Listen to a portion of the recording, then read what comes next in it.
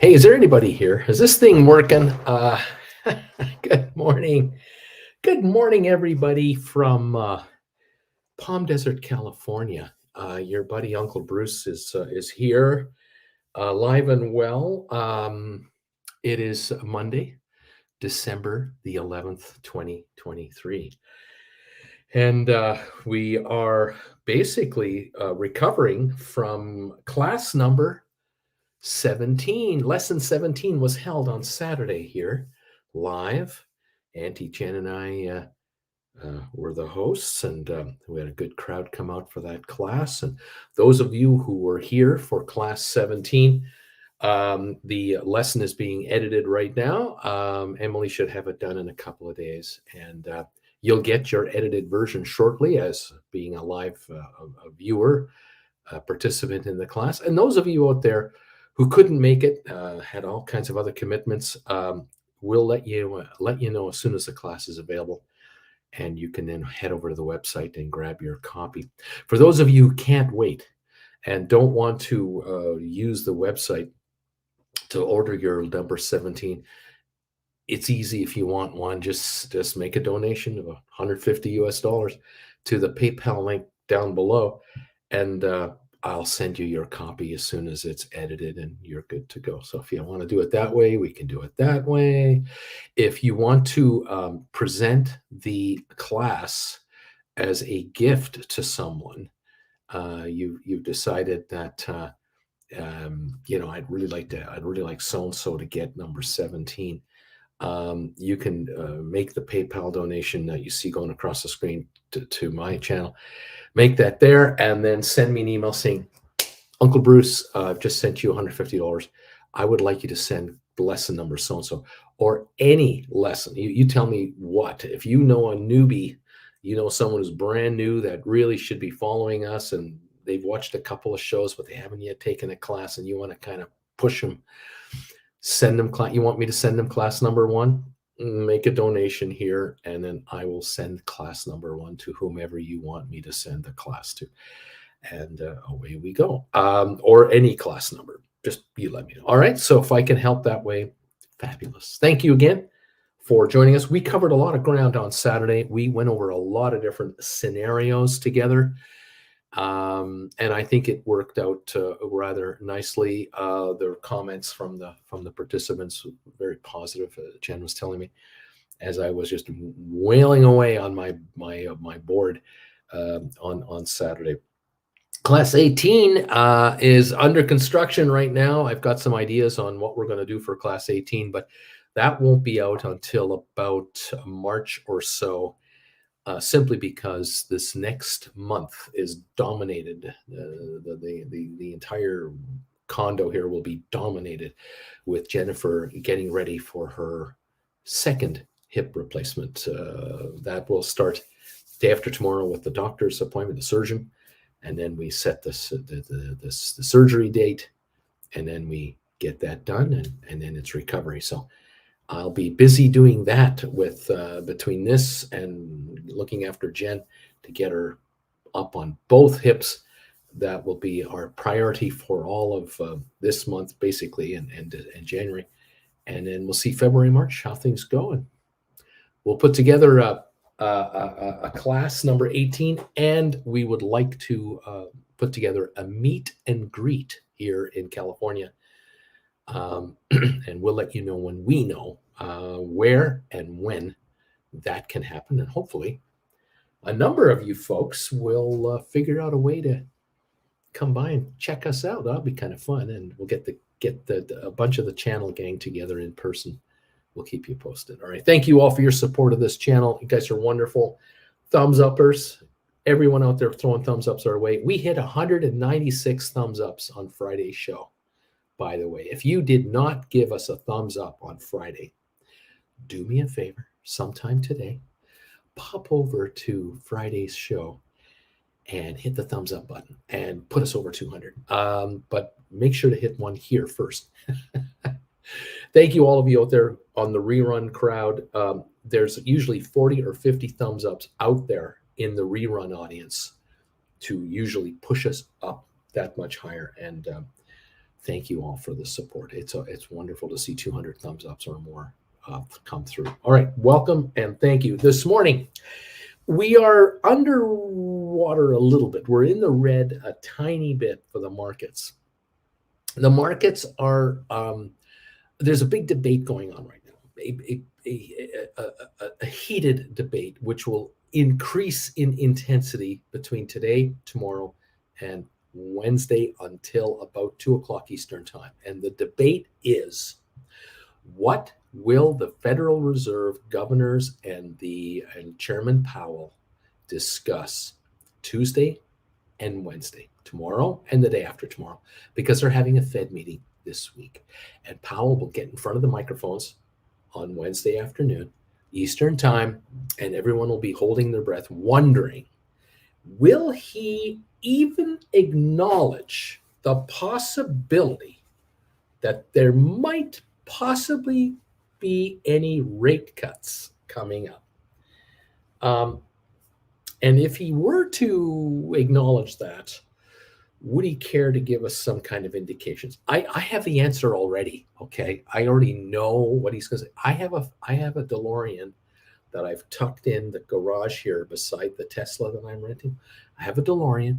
It has a flux capacitor in it, and I have this stretch of road here in front of our condo that's about 500 yards long. And I can get this thing up to 88 miles an hour, and I can pop into the future and check out what he says, and then pop back. I've already done this. I already know what Chairman Powell said to everybody. But I don't want to get into trouble with authorities to quote him verbatim, because if I do that, the authorities will go, well, we keep getting calls on this guy that he says he can travel into the future. And you know what? We've written down quotes that he's made. And when Powell speaks on Wednesday, if his words are exactly the same as Powell's, we're going to arrest this guy Wednesday afternoon, Thursday morning. So I can't give you the verbatim, because they'll think I really do travel into, and I want them to go, that old man without any hair on his head, he doesn't travel to the future. He's just sucking his viewers in on this whole thing. So, smart, right?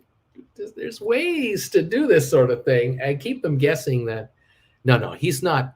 He doesn't really try. He's just a kook. And so we don't arrest these guys. We have enough kooks in jail. We don't need another one. Just leave him alone with his people. But here's what Powell's going to say. Powell and the Federal Reserve people, the governors of the Federal Reserve, are in no mood to even discuss the possibility of lower interest rates. They're just not in any mood to discuss it, because these people were lambasted by the bond market professionals and all the other pundits out there. All these so-called talking heads and experts in interest rates. 2 years ago, from 2021 to 2022, we were told by all the experts for the year-end projections into 2022, what 2022 is going to be all about.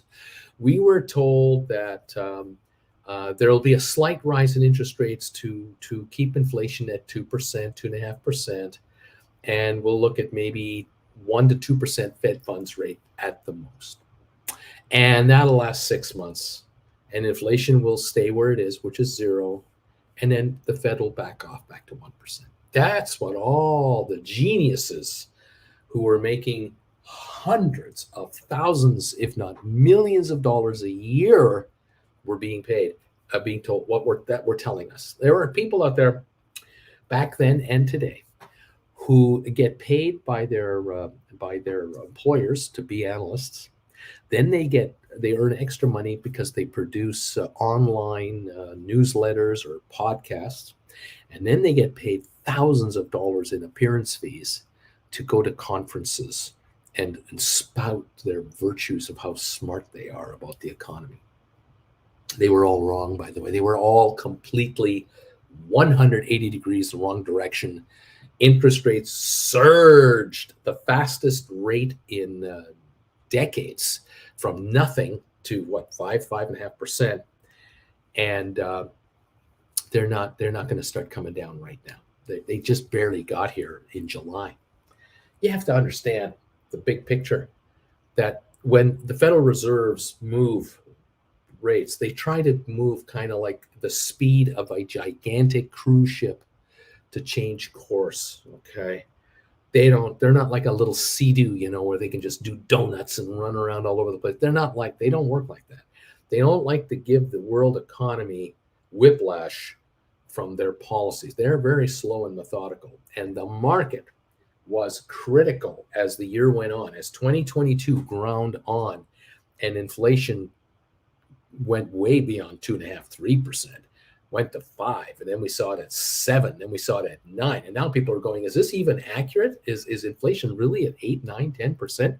This doesn't make any sense. And the Federal Reserves around the world were going, well, we probably have to raise rates here, but just how stupid is this? Is this like a 2-month phenomenon? They're going to go up to 10 and then down to 4? Should we raise rates very, very much? Because inflation is only going to top out at 4 after a couple of months of this, initial reopening of the economy after COVID. We don't need to go much higher. Well, they waited, and now the criticism came from the street. You waited too long. You should have been raising rates well before. Well, every analyst and every professional in the world, every expert in the world was saying 1.5%, 2%. That's all you need to do. That's all you need to do. So they're thinking, if we go from 0 to half, and from a half to 1, that's half of it right there. We don't want to do this in 30 days. We want the world to be calm, and we're calm. Everyone should be calm. Well, it didn't work out that way, did it? No, we had half rate increases. Boom, boom, boom, boom. Every month, another one. Here we are. So I can tell you right now, the Fed, the last thing they're going to do is knee-jerk reaction to go from 5.5 to 3 on their Fed funds rate. That is not in the cards. We don't have unemployment at 10%. We don't have inflation out of control, but it's still a nasty issue, so they're going to be calm. Factory shutdowns all across America, not happening. Massive layoff notices happening everywhere? Nope. Consumers absolutely stop spending all their money. No, that's not happening either. Consumers are still spending, because this economy today does not resemble the 1975-85 economy that we had. I'm talking 1975 to 1985 economy, which means most of you watching me weren't even born yet. You're just like Marty McFly. I wasn't even born yet. Look at my ID. I wasn't even born yet. If you were born in 1975, you're 48. And there are people here who are 35, 45. Some of you are 55. You were 7. You have no idea what the world was like between 75 and 85, especially the economy of the world between 75 and 85. And so we don't have 12% unemployment. We don't have 18% inflation. We don't have oil doubling in price every 3 months by the barrel. We don't have factories being shut down left, right, and center across North America. We don't have massive layoffs because of it. Cities and towns being devastated from a tax point of view because they lost their number 1 employer and their number 3 employer, and so on. None of that's happening. We've already had a huge upheaval in North America and in Europe, but in particular North America, because in Europe it is much more stable. And in Europe, they're much more advanced when it comes to social protections and so on against catastrophic events. World wars will do that. North Americans have gone through a massive shift in many ways in the last 3 to 4 years. COVID was the one thing that absolutely advanced us 10 years. North America, Europe have advanced 10 years in the world in 1 year. And what is that advancement? Working from home. Working from home. And everything to do with working from home. It's one thing to say to an employee, hey, listen, you can't come into the office because we have a nasty virus here going on. So we'd like you to work from home. And what we'll do is your boss will say, I'm going to put a package together of a bunch of documents, and we'll FedEx them over to your house today or tomorrow, tonight. And then tomorrow and the day after, you can work on these documents and these reports. And when they're all done, FedEx them back to us here at the office. There's only a skeletal staff, and we'll input this into our computer systems and we'll update all our files. That was the 1970s way of working from home, the 1980s, the 1990s. What did we do? We found that inside this, just this wafer thin, look how thin this is. Look at it. It's so skinny. It's the tiniest, and this is a big one of these. There's information in here available at our beck and call, and there are software programs available for us to download at light speed that allows us to be so productive at home. It just has just changed everything. And then there's these. This is known as a big ass version of one of these, the big ass version. This, you can attach a keyboard to this thing. Can you believe that with magnets? And then there's this thingy I'm talking to, the future, Marty, a laptop computer that you open up, the memory inside, the RAM, the processing power. Wow, unbelievable. And then you can connect this to other screens if you want. You can have multiple screens off of this. Oh, and we still have desktops. Those hadn't been invented yet in 1985 either. Desktop computers. Working from home in 2021, 2022, completely changed North America, completely changed corporate America, corporate Canada, corporate everybody globally.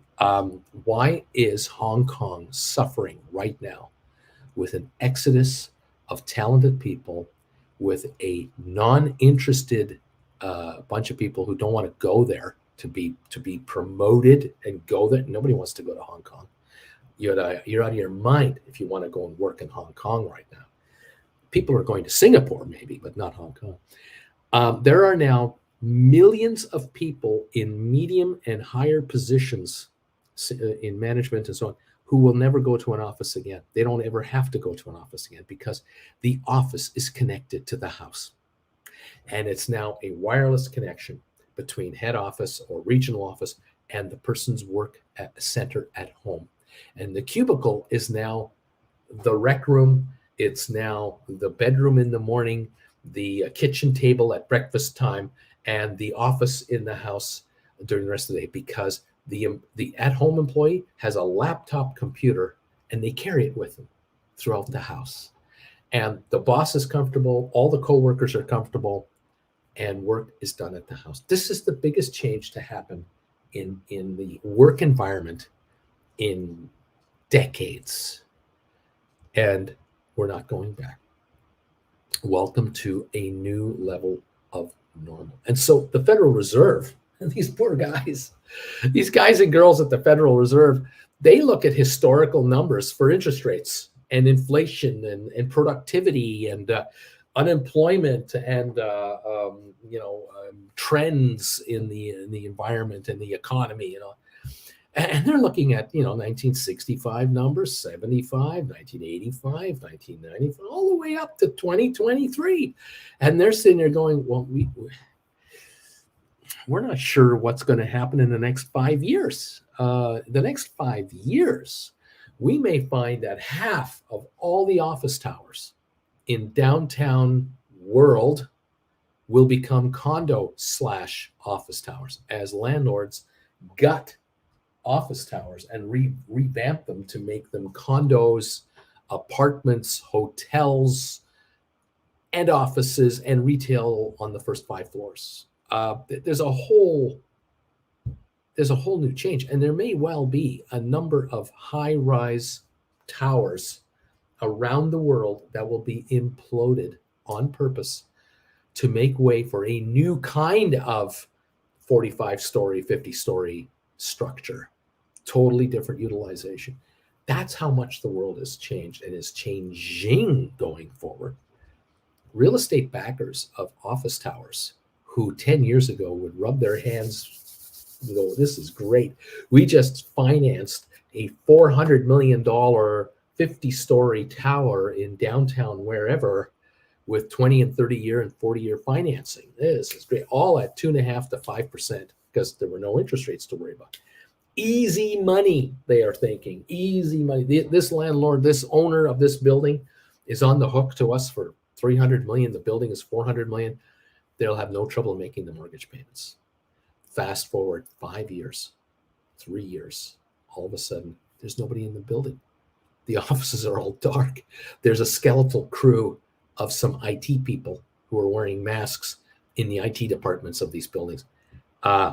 Trouble? Oh, yeah. The food court inside that building that used to feed 5,000 people in the building, 10,000 people in the building, plus adjoining buildings where people came into this.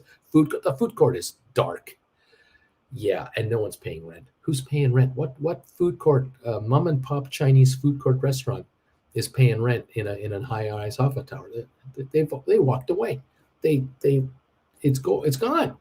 And if there's a Wendy's in there or a Burger King or any of these other chains, they walked away. What's this landlord going to do? Sue Starbucks because they walked away from a lease of a Starbucks store? Good luck beating those guys in court. I mean, they haven't got the landlord hasn't got the money to pay a lawyer to go after all these tenants. They're better off just reclaiming this space and trying to rent it to somebody else.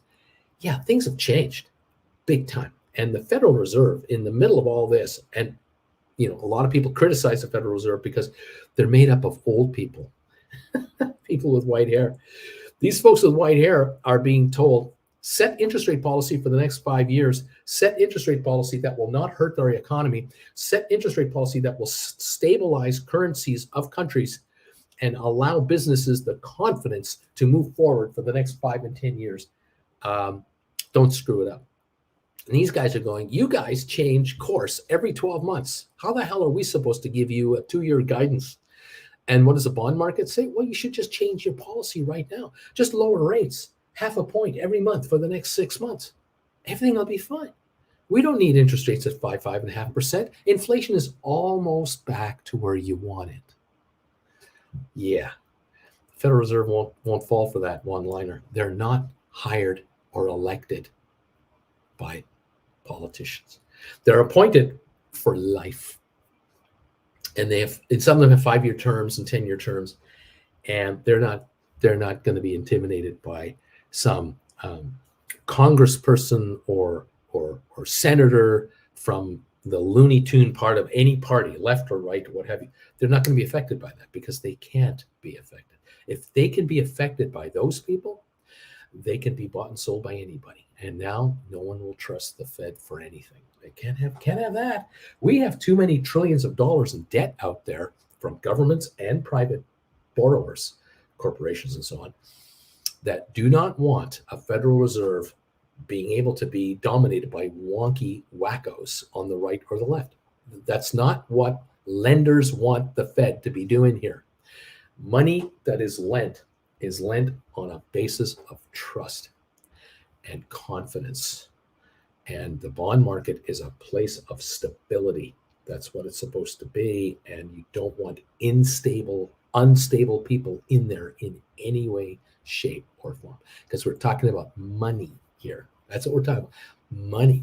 And whose money are we talking about inside the bond market?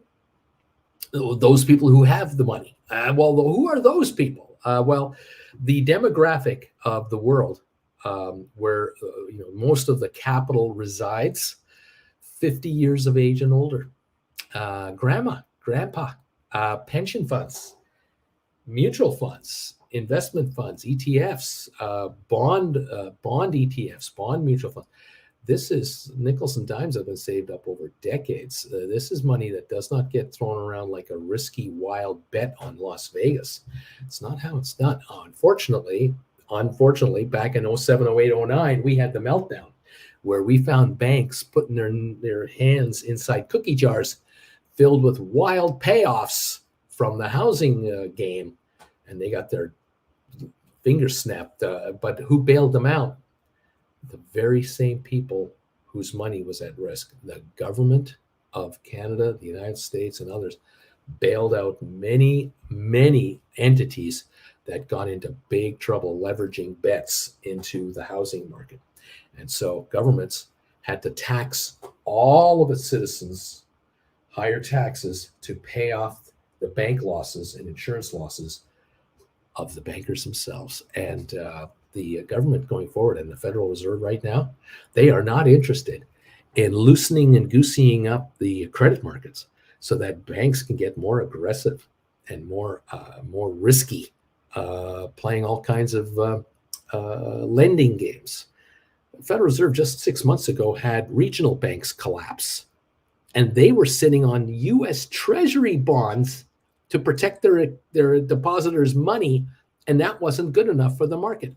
Well, if AAA rated United States Treasury bonds 6 months ago weren't good enough to save a bunch of regional banks, well, what do you believe in? What's left to believe in? There's just nothing better than that, theoretically. The Federal Reserve does not need to loosey-goosey up the Federal Reserve markets right now to have a bunch of larger banks become more aggressive with lending policies and other shenanigans while we're still trying to battle inflation. Oh, and by the way, gee, God, did you forget? There's a war going on in Ukraine. It's a special military operation. There's a whole bunch of problems in the Middle East. That is a powder keg waiting to explode. I mean, right now, this thing is an isolated Gaza thing that is getting world dominated press, of course, domination. But this is one of those scenarios where we're almost to the point where we could be in a situation where Lebanon, Syria, not maybe Jordan, but Iran and others get involved with this little skirmish. And it isn't just a little Gaza Strip problem anymore. It is a big, big problem. You got China and Russia on one side of the argument. You got the United States and Europe and NATO on the other side of the argument. You got Israel in the middle of it all with everything all around it. This is a nightmare. And the Federal Reserve right now is sitting here going, we have to keep an eye on interest rates. We have to keep an eye on world economies. We have to keep an eye on everything, whether we like it or not. And we can't have U.S. banks getting into trouble right now because if U.S. banks get into trouble, that means all other banks around the world get into trouble. And that could set off another powder keg of instability politically and economically around the world. And now we have other hotspots. The Israeli situation is a unique nightmare. The Ukraine situation is its own unique nightmare. Taiwan, Russia, Taiwan, China, Philippines, China. That's a nightmare of another proportion. What about all these countries in South America? What about the African countries? We've already had coups in Africa the last year. Quiet, little old coups have been happening in various countries in Africa, which no one talks about. What do Americans talk about? What do Canadians talk about? NFL football, NHL hockey, the $700 million baseball contract for Ohtani, whatever his name is. That's what we talk about. We don't talk about coups going on in Africa, and we certainly don't want to talk about wars going on. Problem is, sooner or later, it could be that children of Gen Zs will have to be put up as soldiers to go into hotspots from various countries. And that's not good. The boomers' kids, our kids, they're in their 30s and 40s. They can't be put in a military uniform and sent off to fight a war. No, but their kids can. This is an issue that no one wants to talk about. No Republican candidate, certainly not the Democrats, they do not want to talk about the fact that it might be necessary to institute a national draft to arm up the reserves and the Army, Navy, Air Force, Marines. Canada has to do it. Britain has to do it. National mandatory draft for 18-year-olds, 2-year minimum service to the country, like it or not, no exceptions. How do you think, how popular do you think that would be in voting Americans' minds? Grandma and grandpas won't be impressed. Mom and dads won't be impressed. The kids will be going, "Is there no way out of this? Where can I go to avoid the draft?" Un- Unbelievable thinking. In the meantime, how do you spur economic growth? How do you get businesses to create more jobs? How do you get how are you able to hire people for these so-called jobs? They're being drafted by the United States military and Canadian military and all the other militaries.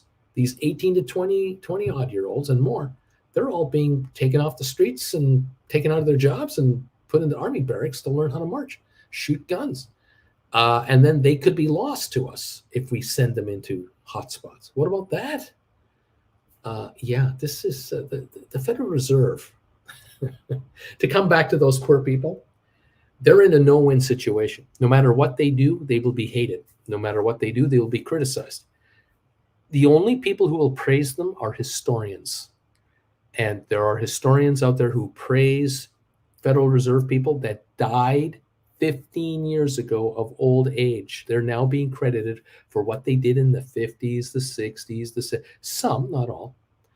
And there are others who are still being criticized, and they died too. And this is a thankless job. You want to be a Federal Reserve governor, you're not doing it for the money. You're not getting $5 million a year to just sit there and take this crap.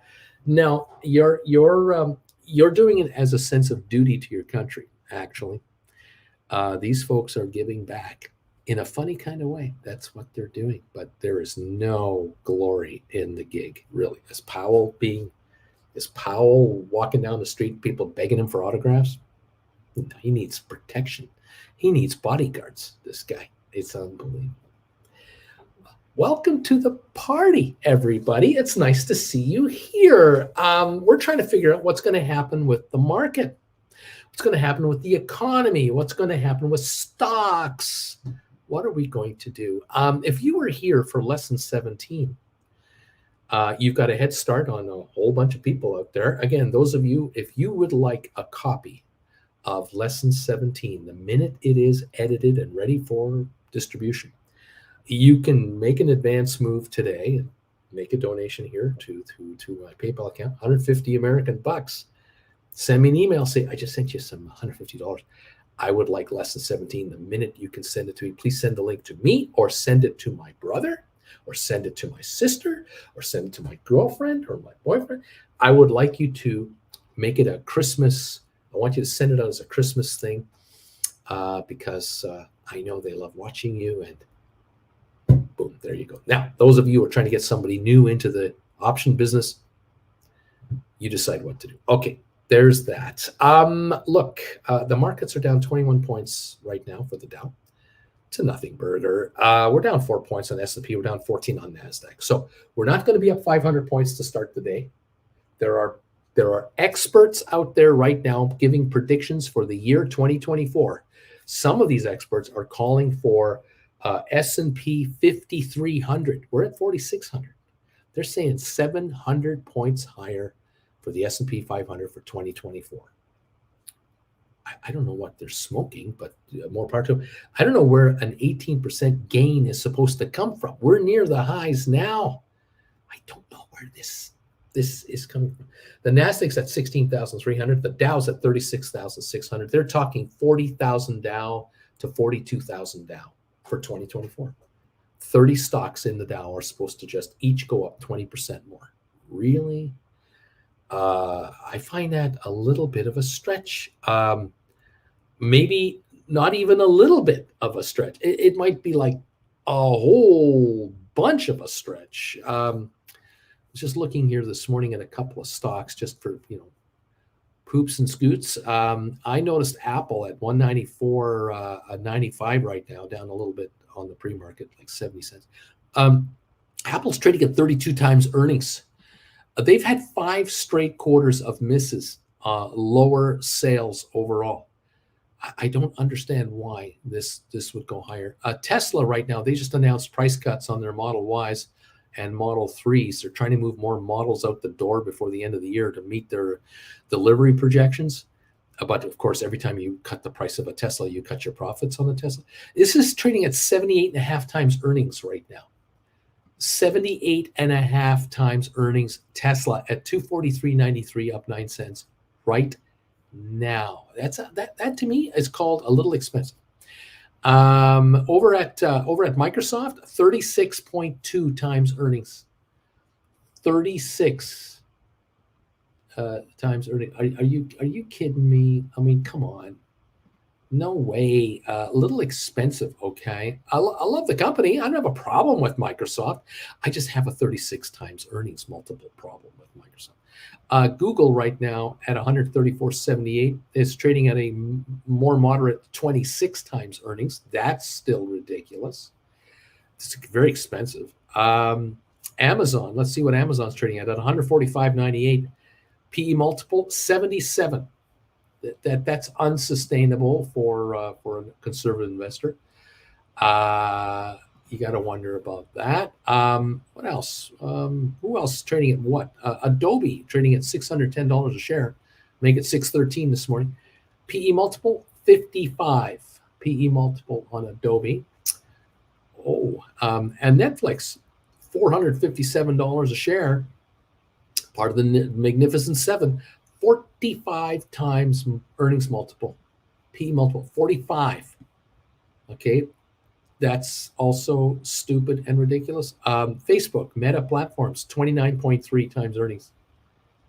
So is this market cheap, available, on sale? Answer, no. No. No. Yeah, we're not on sale. We're not cheap. This market is incredibly overpriced, and yet there are analysts calling for up to 15-20% gains for the next 12 months. Where do they think this? Why do you think this is going to happen? Is Microsoft, Apple, Nvidia, well, maybe not Nvidia, but Amazon, Google, Facebook, all these guys are going to increase their sales by what, 40% to have a 20% gain in profits? You don't raise your sales by 1% and get a 5% increase in profits. It doesn't work that way. Okay, there's cost of goods and overheads. You got to generate like $3 in sales more to make like $1 more in profit. If that, I mean, come on, where's this coming from? I don't see the economy doing that. I don't see the world economy doing that, because Microsoft, they could sell 10% more product in America next year, let's say, but the rest of the world, they might be down 4% over the rest of the planet. That's a 6% gain overall if it's a 50-50 split. There's no way there's a 40% increase coming. There's no 20% increase in coming in earnings. The stock will still be 36, 38, 40 times earnings. Why would I pay that kind of price for a stock when it's already this high now? I'd rather pay 15 times earnings less and run it to 36. Thank you very much. Yeah, I don't think so. Again and again and again. Anyway, thank you. 5 minutes away from opening. Maria B is here. Lame Duck is here. Richard is here. Hector is here. OC, Karen, comical name. Look who's here. Sharon is here. Robert, G and G Polaroid. Who else? CKT. Flint Creek is here. White the Feather. Kent is in the house. How you doing this morning? Double D, Bama Bay, Beach Boy. Where's Alberto? White Feather. Amy is here. Dude is here. Rolo is here. Manny's weight loss is here. Stephen Butler in the house. Thumbs up, number 60. Thank you. Bobby Atkinson. What else? Yeah, look at this. I watched the video that predicted oil dropping to $50 a barrel next year. OPEC cuts are being made up in North America. Brazil now again will be adding to supply. Michael is here. Larry Titus, we're getting ready to ring the bells. Deep Value. Aurora, number 71. JR, 72. John Anderson, how you doing, buddy? Michael is here. Lorraine, who else is in this house? They're all coming in. They're coming in to say hello. Luca is here, number 80 on the thumbs up meter. Buongiorno. I made it to Toronto after a bumpy flight, and I'm ready to fold my arms. Right on. Farmalus is here. John's Touchpad. Hi, guys. What's happening? Farmalus, I bought lessons 1 and 16 a while ago, and I forgot how to access them. Can you or one of the others tell me how to do this? Send me a private email, and I'll try to deal with this after the show. Okay, just send me a private email. John's touchpad. IR Aaron is here. One take, trendy. Mr. John, MJR Parrish. Welcome. Oh, I'm on my other account, number 90. Thank you, sir. Thank you, Jeff. Welcome all to the show this morning. Thank you all for hitting the thumbs up button for us. 97 thumbs ups are now in. We only need 3 more to hit 100, and we're just about to start live. Thank you for those of you who have subscribed to this channel in the last few weeks. A number of you have joined us as brand new subscribers. Welcome to the party, pal. We try to talk about the stock market in plain English, and we love to make money here where people write options and watch them expire worthless or depreciate dramatically, and they buy them back for much less than what they sold them for. Absolutely a wonderful, wonderful thing. We call it easy money around here. They're just handing it to us. If you want to make money in the market, you're going to have to learn how option trading works. And option trading is not all that difficult a thing to figure out, but it requires you to believe in the fact that not everything goes up all the time, and sometimes things actually go down. And you have to be willing to say to yourself, you know, I would love to make money in the market, but I don't actually need to just buy something for $1 and try to sell it for $20. I'm going to stop looking for that trade. I've spent years looking for this trade. I thought I had this trade again and again and again, and every time it never worked out. I'm going to try something else. These kids over at Uncle Bruce's channel, the Stock Market Bruce channel, who, you know, the guy's still on the air from 2021. He's still live every day. I think I should hang out with those guys a while because they're pretty happy over there. That chat room over there is completely different than any other chat room on any other YouTube channel. There is nowhere else there's this much engagement going on. Nowhere else. Look how many thumbs up this guy gets. Look how many thumbs ups he has versus how many people are watching him. The numbers are out of this world. The proportion to thumbs ups versus viewership is way off normal. I mean, YouTube, they're thrilled if you can get 1/5 of the folks giving you a thumbs up. I mean, 20%, 15%. Oh, wow. In any event, thank you all for being here. Thank you all for being here. If you hang out here a little while, you'll figure out why these people are in such good mood almost all the time. They don't care if the market goes up or down. They make money either way. That's why. That's one of the answers. But how? How in the world can you make money in the stock when it goes down in value? How is that even possible? You've heard that maybe you can buy put contracts, and that may you make money that way if a stock goes down. Well, the problem with a put contract is that it's a one-way bet, and you have to be right. If the stock stays flat or does drop, but not far enough, fast enough, you still lose all your money. Well, why is it that when you're right, you still lose money? What the hell is that all about? Well, you see, there's this game that's being played. It's a game, okay? And the rules are stacked in the favor of the big institutions that hire people, many of which are viewers of this channel, could have been hired by Wall Street had they only found you when you were young. They hire people who have this idea that says what goes down must go up and what is up must go down. They think they can think linear. They can think both ways on a stock, on a trend, on a market. Option gamblers can only think one direction. I buy an option at this price and I sell it at this price because the stock went up or a stock went dramatically lower in a short period of time for whatever the hell the reason is. Whereas option writers, the people here, they go, the stock doesn't have to do anything and I can make money. A stock can stay at the same price with barely any changes at all in price. It's just barely wavering around its level here. And I can make money on this thing. Easy money on this thing. That's the difference. And that's where viewers of this channel master that technique. Hanging out here with this old fart, watching his classes, talking to fellow viewers, learning how it's done, and watching this pass by. this little thing right here, what's inside this little thing it's called time. The passage of time makes my viewers money. And it doesn't matter what direction the market goes.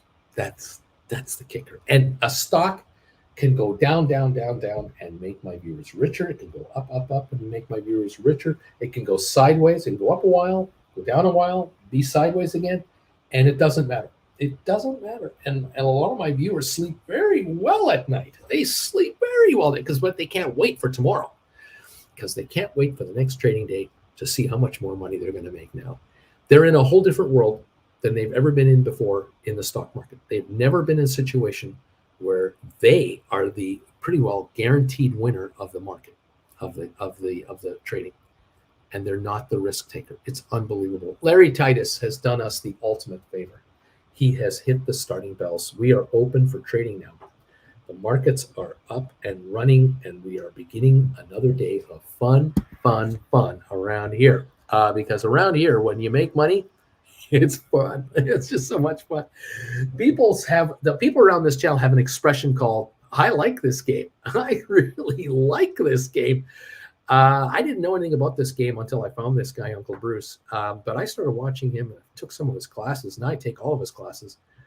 I really like this game. I like the game that these kids are playing on this channel. This is great. Oh, this game called Making Money All the Time. I really like this idea of just making money all the time. It's a whole new thing. The good news, the bad news, I guess, is that you can't make $1 million in one day.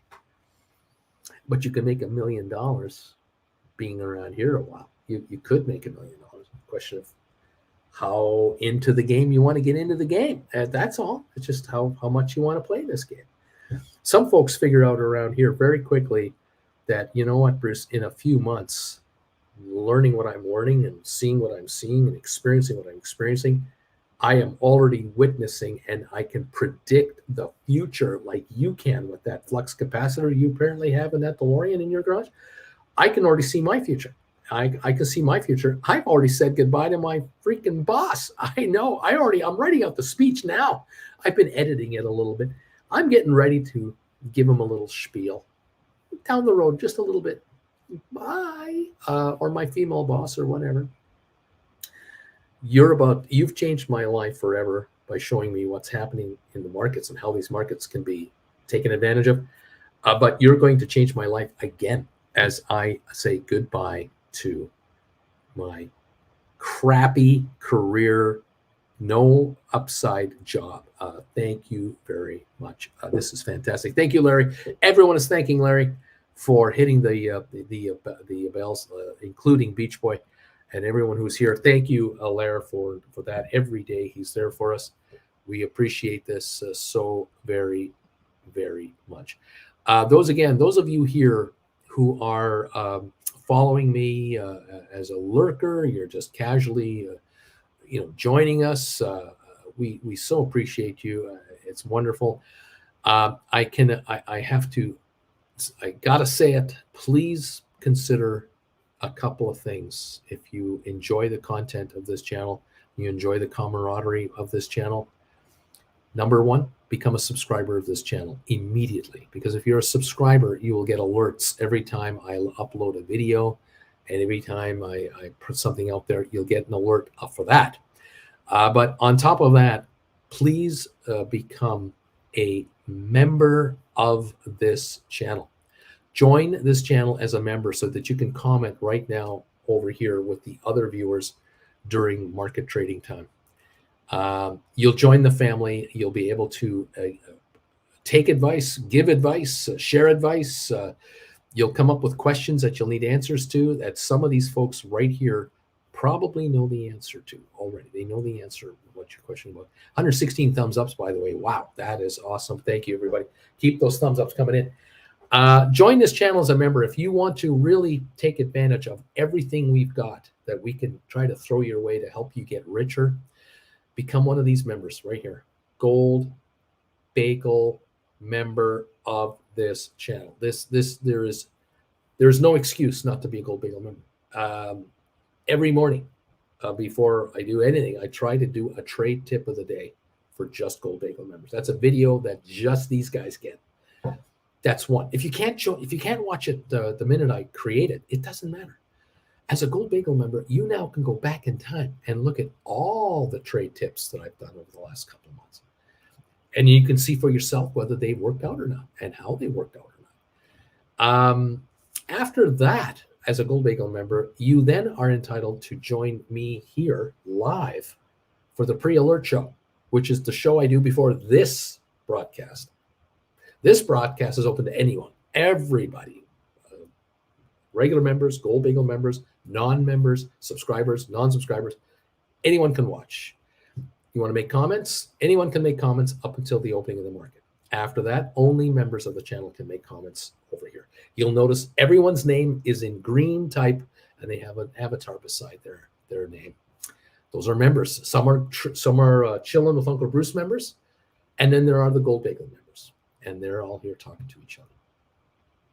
Wednesday nights, 7 o'clock, prime time live with Uncle Bruce. Once a week, just Gold Bagel members, prime time live. This is as close as you're going to get to a one-on-one show with me. You're not on camera. I am. But it's a one-on-one. You get to ask me questions about what's going on. The markets are closed. I don't have to watch other quotes and see what's going on. I can now spend an hour with you guys. And of course, if you would like to learn more about what we do, there are the classes on my website, stockmarketswithbruce.ca, and or you can always, quote, hire me out for an hour, if you like, for a one-on-one. And if you'd like to have a one-on-one session where I'm on this half of the screen and you're on this half of the screen, $400 for an hour puts us together so we can review where you're at, where you've been, and where you're going privately. And those of you who like to do that, send me a private email. Send me an email if you are interested in one-on-ones. The email address is right here. It's down below, but there it is, brucefarmer@hotmail.com.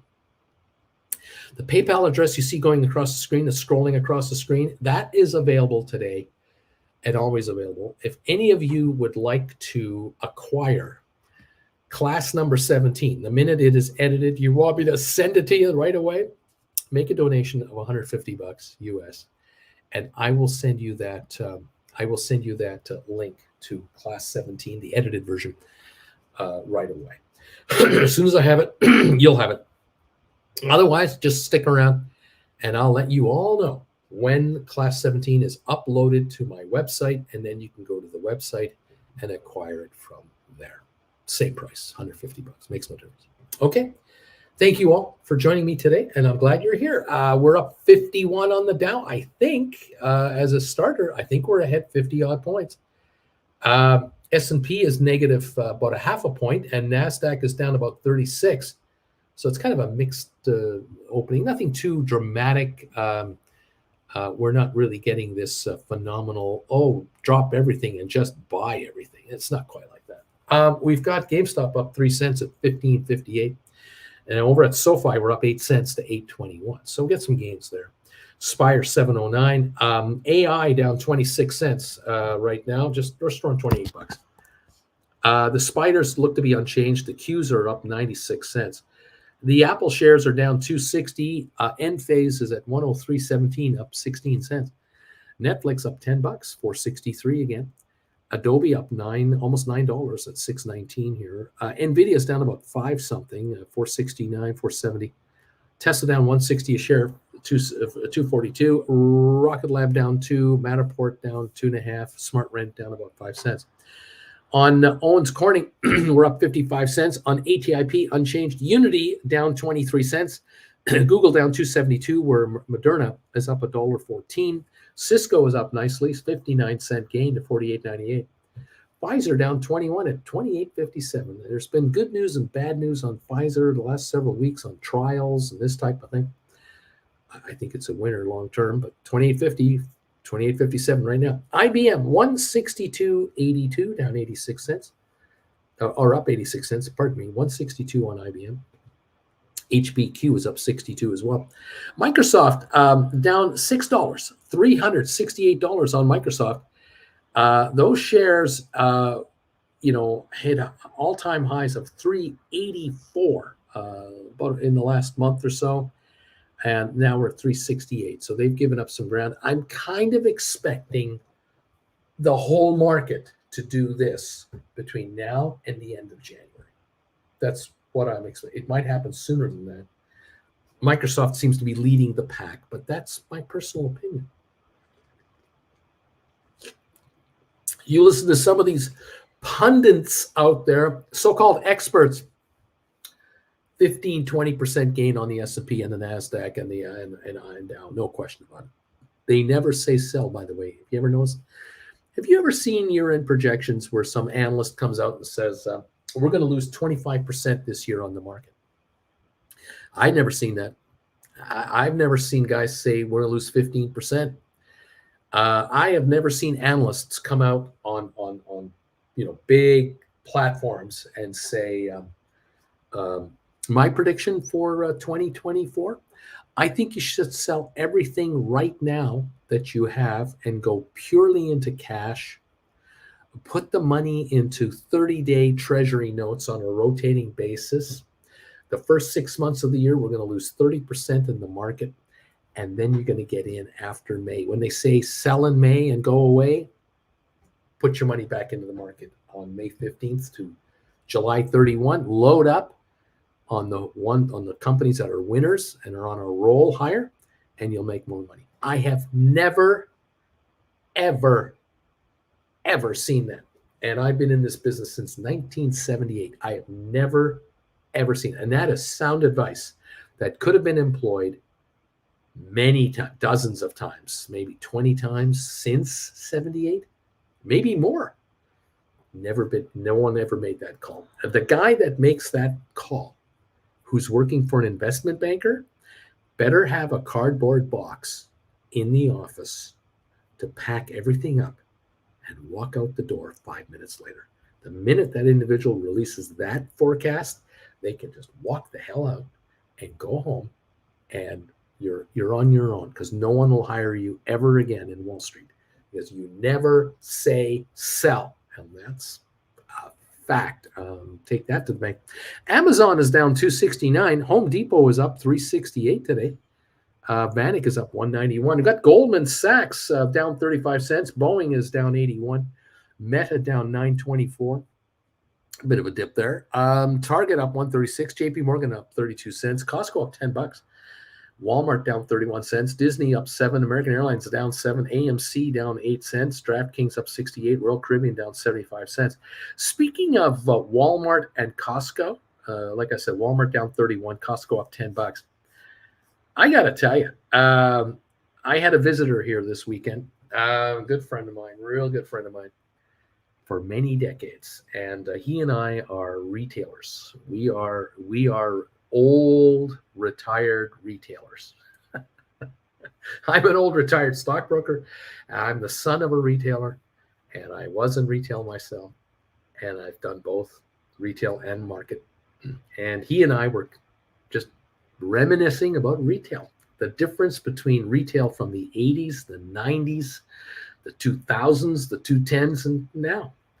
And we are both glad we're not in retail. Are we both glad we're not having to do any of this retail stuff we used to have to do?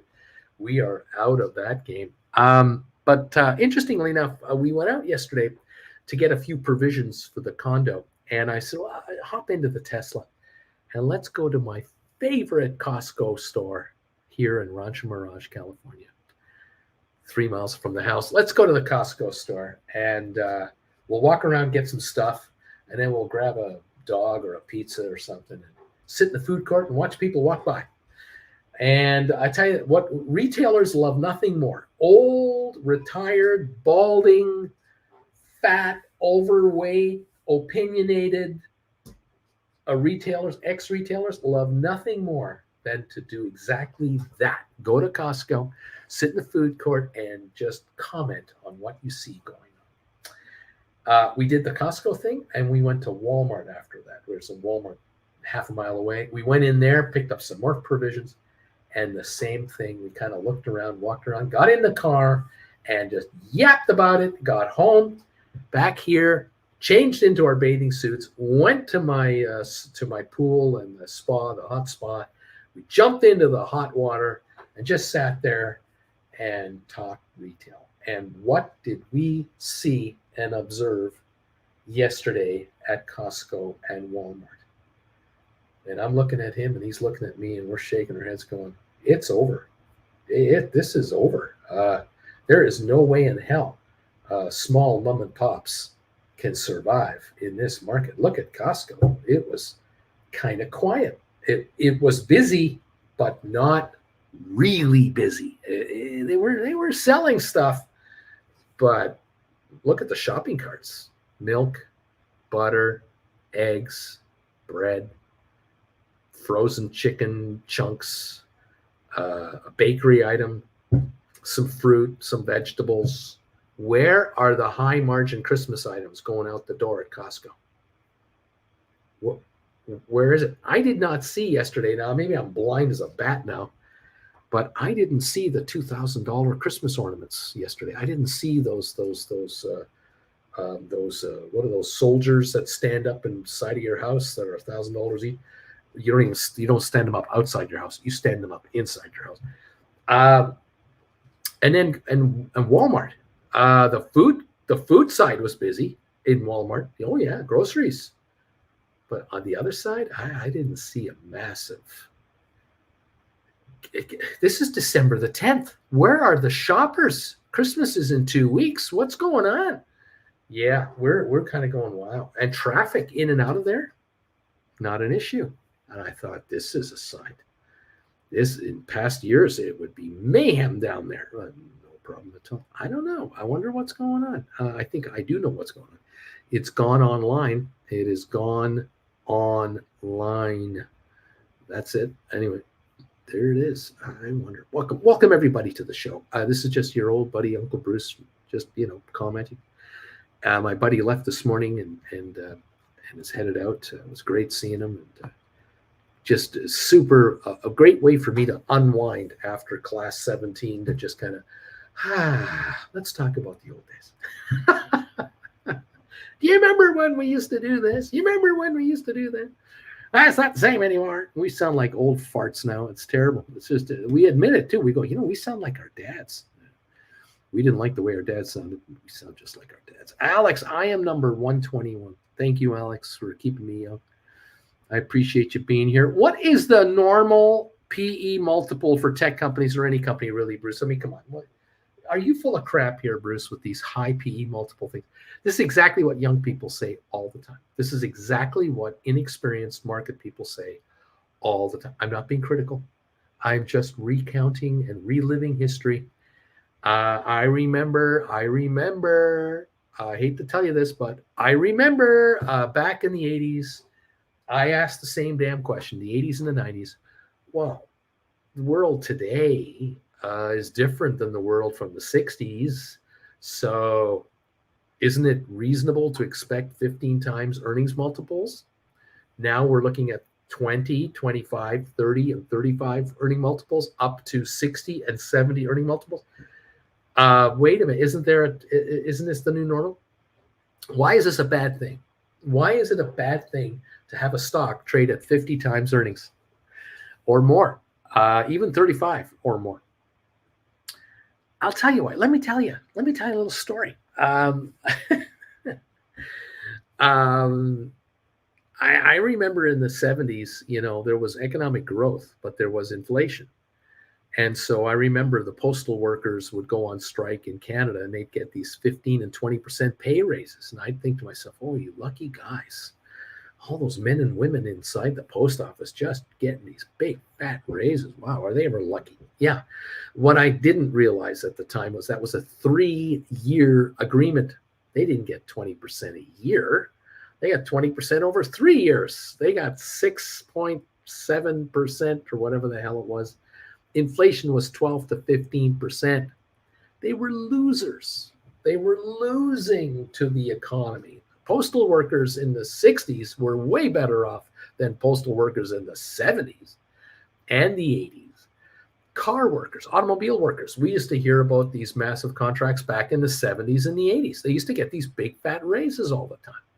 What we didn't understand was, number one, the length of the contract. But the second thing we didn't get, because in the postal business, it's a little different than the automobile business. When the new model, the new models came out the next fall, all the new cars were 8 to 10% more expensive. And it hit us then. We're going, why are these price increases so high? Why are we paying 10% more for a Chevy Biscayne or a Chevy Impala? It's got 4 doors. It's got an automatic transmission, 3-speed. They've made millions of these. By now, you'd think they have the cost down to a nickel on this stuff. The doors sound like hollowed out garbage. I mean, the cars were crap. In 1977, Chevy Impala, 78, the 79s, the 75s, they were garbage. They lasted 2, 3, 4 years and they rusted out. They were crap. Of course, college students in the 70s, late 70s, what were they buying? The Toyota Corolla. They were buying the Volkswagen or even used Volkswagens. In any event, we didn't figure it out until later that these big fat pay increases were not making these people richer. They were just trying to survive and get by. And what was happening in the 80s? All those auto workers that got all those raises and those postal workers that got big fat raises, what happened to them? Slowly but surely, robotics came in, automation. And Chevrolet could produce an Impala with 10% fewer workers and another 5% and another 5%. They got it down where Chevrolet producing an Impala, Ford producing the LTD. Remember the LTD? What a piece of crap that thing was. The Chrysler Imperial, you remember that? That was a floating couch. These vehicles were produced in Detroit with fewer and fewer actual workers working at the auto factory. Because what the auto factories figured out was we don't have to make the seats in Detroit. We don't have to make the transmissions in our auto plants. We don't have to build the instrumentation panels. We can source all this crap out. We'll go to other companies in Canada, the US, and we'll have them make just the seats, just the auto frame. The actual frame of the car was produced in Kitchener-Waterloo, Ontario, for a whole bunch of Detroit vehicles that were then put on rail cars and rolled over to Windsor and Detroit and all over the place. And they put engines on them and interiors on them and bodies on them. Body by Fisher. Remember that? Body by Fisher? All these components were made by other North American companies. And then it got worse because these companies found that they could produce speedometers and instrument clusters, and the entire dashboard could be made in an entire unit in Mexico, in Taiwan, in South Korea, in anywhere but America, because the workers in these countries were getting pennies on the dollar to the American worker who were getting these 25% pay raises. And so jobs disappeared. PE multiple. You have a company that trades at 50 times earnings. What does that mean? You know what that means? You're paying today for a share of a company. You're willing to become an owner of a corporation where you are admittedly aware of the fact, or you don't know, but you have to know that it will take it'll take 50 years for the company to make enough money per share to equal what you just paid for the stock. You are investing in this company for a 50-year performance. Now, what you're really doing is you're buying the stock today with a 50 times earnings multiple because in your mind, or whoever told you to do this move, used to be stockbrokers. Not anymore, by the way. We've been eliminated. And I would never tell you to do this. I would never tell you to do this if I were your broker. Somehow, some way, you've been convinced to pay 50 times earnings for a stock right now because the company is likely to make 20% more profit next year and 20% more profit the year after that and 20% more profit the year after that. And so in your mind or in the computer printout that you're looking at, the software program you got that's telling you this is a great buy, the program is saying to you, well, look, it's 50 times earnings right now, but If you were to look a year from now, you're only paying 40 times earnings a year from now, because the stock today at this price and the earnings they make, if they add 20% to their earnings, your PE multiple goes from 50 to 40. At this price, it'll be down to 40. And if the year after that they make 20% again, the PE multiple drops by 8 to 32, because it's 20% better. So you're not paying 50 times earnings. You're paying 40 times future earnings. You're paying 38 times future earnings. 20% gain after that, you're paying 25 times future earnings. You're not paying 50 times earnings. You're only paying 25 times earnings. And aren't you looking to hold these shares for 3 years anyway? Aren't you really a long-term investor because you believe in this company's future and growth prospects? That's the bill of goods that the broker is selling you, or the advisor is selling you, or others are selling advisors to sell to you this whole thing, that just 20% growth, just 20% growth puts this stock at 25 times earnings in less than 3 years. You're not overpaying for the stock. You're paying for the future, Marty. The future. You don't need a flux capacitor. We're showing you that in the next 3 years, this company's going to be making oodles of cash, and you're going to be laughing all the way to the bank. Because if the thinking is 3 years from now that they're still going to make 20% the next year after that, and another 20% profit the after that, then in reality, the shares should be trading at 50 times earnings 3 years from now. Well, you bought the stock here, and you're sitting at 25 times earnings in 3 years because you locked in your buy price. You bought it. Well, if it's trading at 50 times earnings 3 years from now, that means it's doubled in price on the open market. Your stock isn't trading here. It's trading here. You've doubled your money. And that's the bill of goods that the high PE multiple game is all about. And it's a great game until it doesn't work anymore. And what screws it up? How many times have you guys watched a company come out with earnings and they will not give forward guidance, or their forward guidance just isn't as rosy as people thought the forward guidance should be? They beat earnings. They beat on the bottom line, but their projection for the next quarter is 0.1% lower than what the street had projected it to be. What happens to the stock? Down 15%. Why is it down 15%? Well, it's simple. The PE multiple of this company is so high based on higher projected earnings. If you're saying you're going to add, the analyst says 20% more next year, that means 5% higher earnings next quarter and next quarter, and that 5 quarters times 5 is 20% growth here. And if you are 0.1% short of the 5% number, you have just blown the projections out of the water. There's no way that this stock's going to be double its price in 3 years.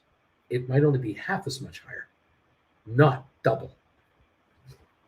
The PE multiple is sunk the company's projections, sunk the price of the stock right now. God forbid we have a catastrophic event like a virus that shuts down the entire world again, and a company comes out and says, we've had to revise our future numbers based on what we see right now. We're not going to make 5% more money next quarter. We're going to lose 5% money in the next quarter from last quarter. We still make money, but it's going to be 5% less. That 50-time PE multiple will shave that market in half like that. There will be no nice orderly drop of 25 cents a share every hour for 2 weeks until the stock goes down by 50%. No. You went to bed last night and your stock was trading at $85 a share, and you wake up the next morning in the pre-market and it's $42 a share, and you're going, what the hell happened? What did I do? I didn't say anything. I went to bed. I didn't do anything. That's right. That's right, because the projections have just been chopped that PE multiple of 50 times earnings is now 150 times earnings, or it's 80 times earnings, or it's way off the track. Every prognosticator's projections are worthless, and they have to do them from scratch. And now we can't talk about a doubling of price from 80 to 160. What we can talk about now is a doubling of price from 40 to 80. And you're going, well, wait a minute, I'm in at 80. I paid 80 because it was going to go to 160. Now you're telling me the best case scenario in 3 years is I'm going to break even on this thing? That is what a PE multiple can do. A very high PE multiple can do to a company's stock. Just saying. I'm just saying. It can happen. And if you take a look at a chart of the Dow Jones or the S&P 500 or NASDAQ, over time, you take a look, you'll find that there have been some pretty serious corrections over the years, serious drop-offs for whatever the reason, whether it was the slowing of an economic activity, or whether it was COVID or 9/11 or the financial meltdown that showed up out of freaking nowhere. No one knew that was coming. Whatever the reason, yeah, there are times where markets, we like to say, take a dump. And it happens in an hour, in a day, overnight. And you wake up the next morning and your leveraged investment is wiped out. You find that there are hedge funds out there who are leveraged into, 30 to 1 leverage on S&P futures or Dow futures, and they just got wiped out, completely erased from existence. Check this out right here. Here's a chart, live on the go. Look at this, how Bruce does this for you. Live. Here's the Dow Jones over the last 3 years. There's the 3-year time frame right there. Look at that. Look at this right over here. See this right over here? Where the stock topped out here. This was about, June 2021, 22. Look at the dip over here. Right down to, what was that, right over here, July, from like July to July. Look at that. And now look at the recovery. None of this is anything other than the COVID thing. I can't show you the craziness of the meltdown, 2008, 7, 8, 9 meltdown, 9/11, 2001. Many events take markets. The 1987 one-day meltdown, 22% in one day. The whole market was over-leveraged, and down it went. There are no prisoners here. There are no favorites. When it's time to get out, everyone gets out. You remember the birthday party that George Costanza went to, and he was talking to the guy who was the clown, and the guy didn't know who Bozo the clown was. You're stuck in the 60s, man. And then there was smoke coming from the kitchen, and George yelled, "Fire! There's fire!" And he elbowed the little old lady out of the way with the walker to get out the door first. That's what happens in a market meltdown with high PE multiples. Everybody gets knocked over by George Costanza on the way out the door. Kids, grandmas, clowns. I think the mime is the first guy to get it. And deservedly so. Mimes deserve to die. What can I say? Such fun. What can I say? Hi, everybody. Welcome to the party. I just want to rock, says Touchgrass. Brian, I went to the mall in Calgary this weekend to finish up some stocking stuffers. It was busy, but not the craziness you think of during holiday shopping. Farmless, Uncle Bruce, I am somewhere around the mid-40s. Forgot my age, but we say the same thing about our football team. Wasn't like that back in the day, JR, sell my house fast. MD, I never go Black Friday shopping anymore. It's a literal zoo out there. Absolutely nice. Nice. I got a story out of Uncle Bruce. I love stories. Lorraine, Uncle Bruce, I think it's called Nutcracker. Sell my house. JR, forget about Black Friday. In the Washington, D.C. metro area, between the road rage traffic and jerks in the store, I mean the employees, I'll just stay around my own people. Thank you very much. And there you go. Things have changed. Welcome all to the show today. Welcome to my channel from wherever in the world you are, whether you're in America, Canada, Europe, whether you're in Africa, you're in Asia. I don't care. I'm glad you're here. I'm just so thrilled that so many of you join me every day from everywhere.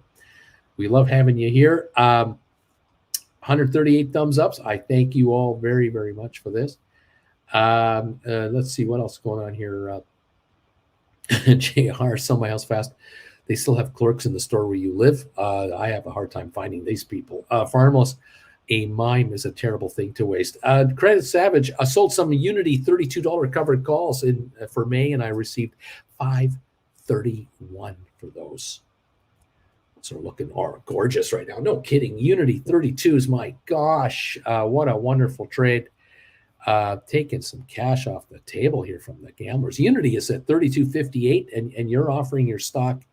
Let me just double check that. Unity is actually, 31.89, and you're selling these calls. Nice job. Okay, JR, the Curtis Average Wall Street, well done. Way to go. Alex, triple Qs, is it time for a cup of tea and a nice lie down? You are overexerting yourself. I was looking today for the trade tip of the day for my Gold Bagel members today, and I was scouring for 45 minutes. I'm getting pickier. I'm getting more difficult to deal with. I want to see some real evidence of some opportunities. And I took a look at the Qs today. I looked at the Qs and I was wondering, should I talk about the Qs for a trade opportunity? Should I talk about Tesla today? Should I talk about Apple? I mean, I went through all kinds of stuff.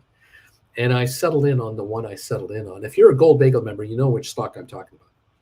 And I looked at that and I thought, this is the way to go right here. Today's trade tip, I'm going to talk about this one stock today. And I'm just going to see how my viewers react to it. I think that's the way to go. Not a very complicated trade, not expensive to pull off either. That's the other thing. Very affordable. If you've got $5,000 or more, you could really do some damage on this trade that I talked about today. You got 10 or 20 grand. Oh my God.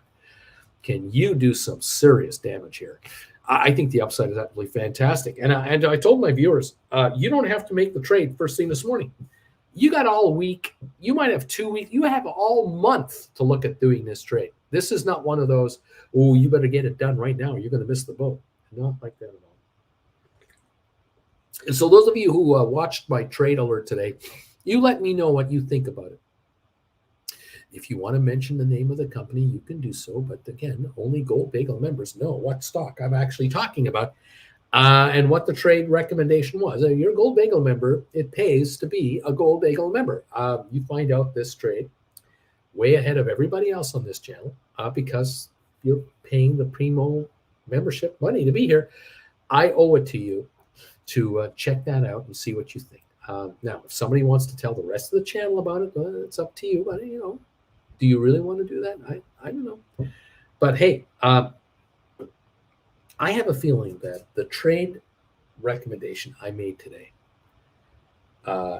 if you've got $5,000 available to make an investment in, you're looking to kind of put $5,000 to work, and you put it to work in the trade tip that I handed out this morning, what do you think the odds are that you're going to make $25 or $300 profit using $5,000 on this trade?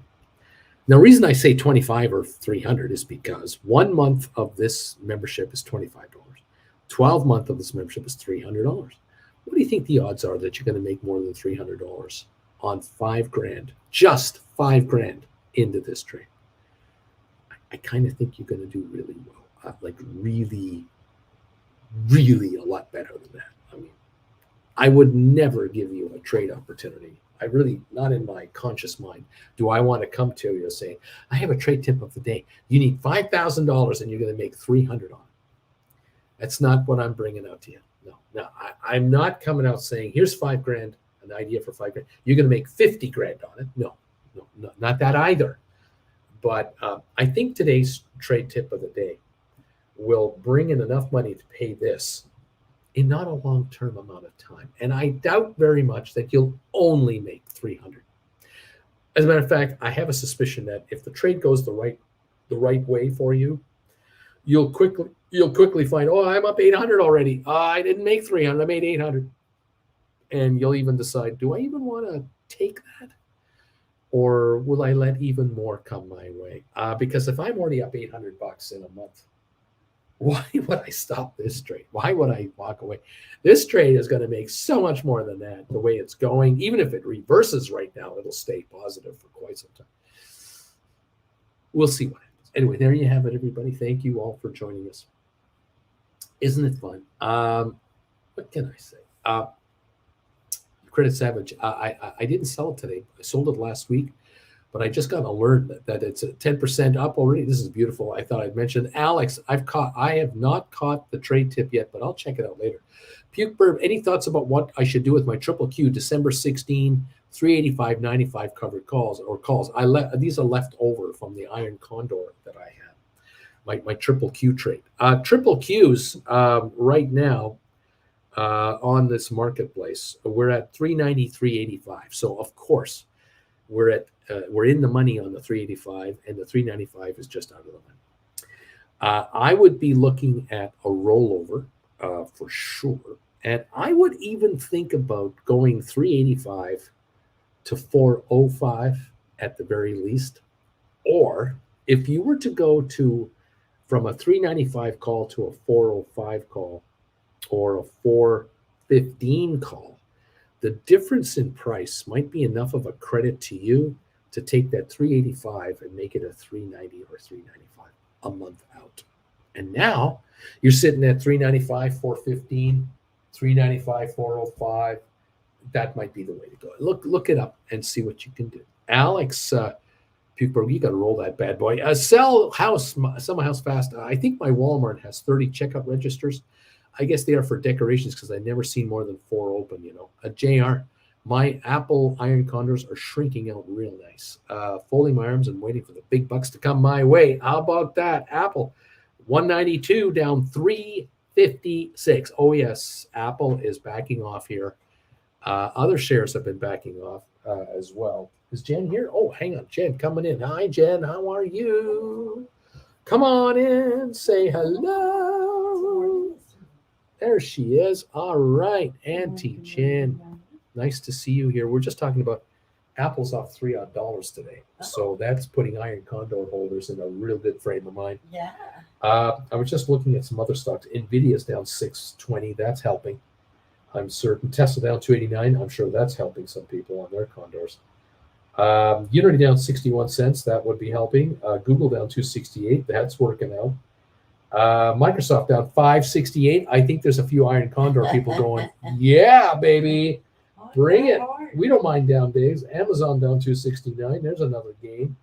Facebook, Meta down 880. Oh, yeah. Wow. Yeah, there are people with Iron Condors going, so what was I love this game. What was the news that caused people to get a little fancy and itchy? Well, we don't have like a massive sell-off, actually. We actually have an up day in some cases here. The Dow's up 59.8, a little gain. And over at the S&P, we're up 2.4 points. But the Nasdaq's only down 29. And yet some of these big stocks are off dollars. Yeah. I think what's happening is some of the Magnificent Seven investors are selling off their gains there, and they're shifting their money into non-Magnificent Seven stock, which is a smart move because some of these companies have not reacted as well as and overreacted too far, like some of the Magnificent Seven. So these other littler, less known stocks can have some swings. The 493 other stocks of the S&P 500, that have to be worth at least 15, 20 billion to even be in the damn index. Yeah. I've got, of course, here, the trade tips that I've been throwing out, many of the trade tips I have thrown out to my viewers, my Gold Bagel members up here, in the last 2 months have really been mentioning the Magnificent Seven stocks. And they went a little too far, too fast. This Wednesday is the big one. What happens on Wednesday? Tuesday, Wednesday, the Fed meets, and Wednesday, Powell gets in front of the microphones.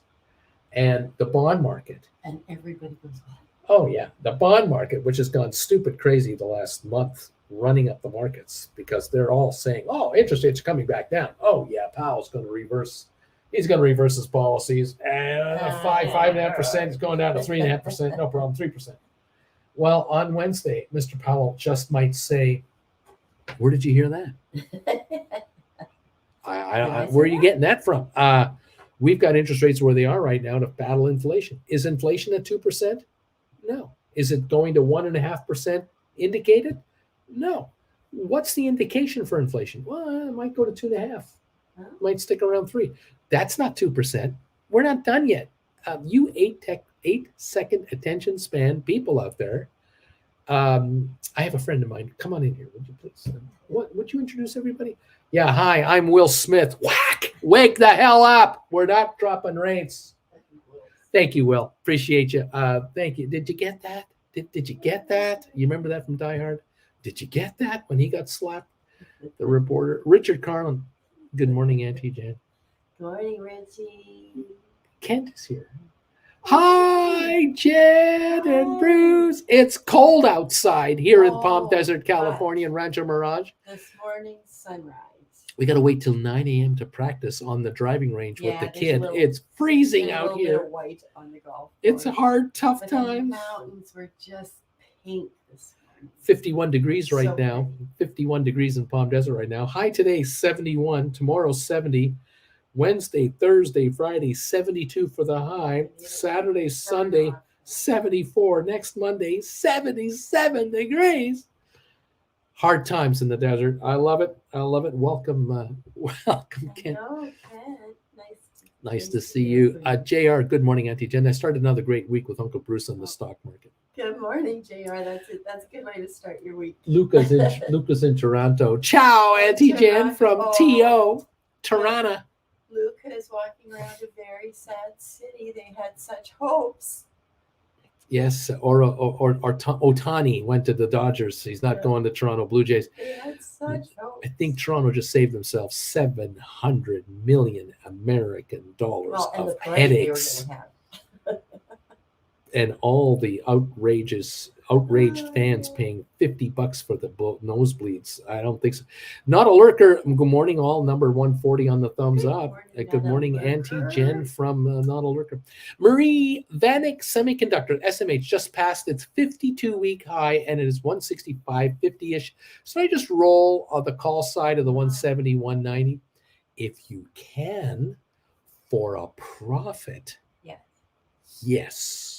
If you can get a gain out of this, yes. If not, wait a little longer. Luca, Bruce, I have an idea for lesson number 18.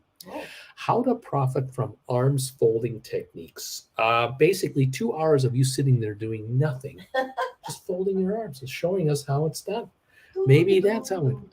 Spicy Android, I'm number 142. Flint Creek, Auntie Jen, Beach Boy. AJ, what's up from Beach Boy? Beach Boy, looking at that trade tip from this morning, Uncle Bruce. So what was it this morning? Yes, we can't say. Gold Bagel members only. But my friend Beach Boy is going, yes. Brian, Luca, I agree. This is an underrated skill that all option traders need to master. That's correct. Because the eternal question: when do I sit back and when do I jump? Yes. When should I make this rollover? I know, when you make more money. When they hand you more money, you go, oh, maybe I should take this more money. Maybe I should take your money. Maybe and then after that, I'll go. Just tell me the movie you want to watch. Thank you for the more money. Maybe why don't you just tell me the name of the movie you want to see?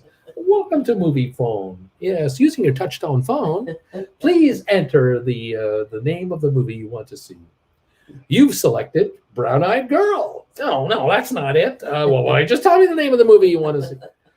One of the greatest clips of all time. Thank you all so much for being here with Jen and I. We so appreciate you. Flint Creek, loving it. Yeah. Welcome all to the show, the channel. the madness, the craziness. Good morning, Auntie Jen from Alex. Hey, Alex. Great moderation as usual of this unruly mob on Thank you. Saturday. There Thank you you. is. Alex was No, part I of the tell you, mob.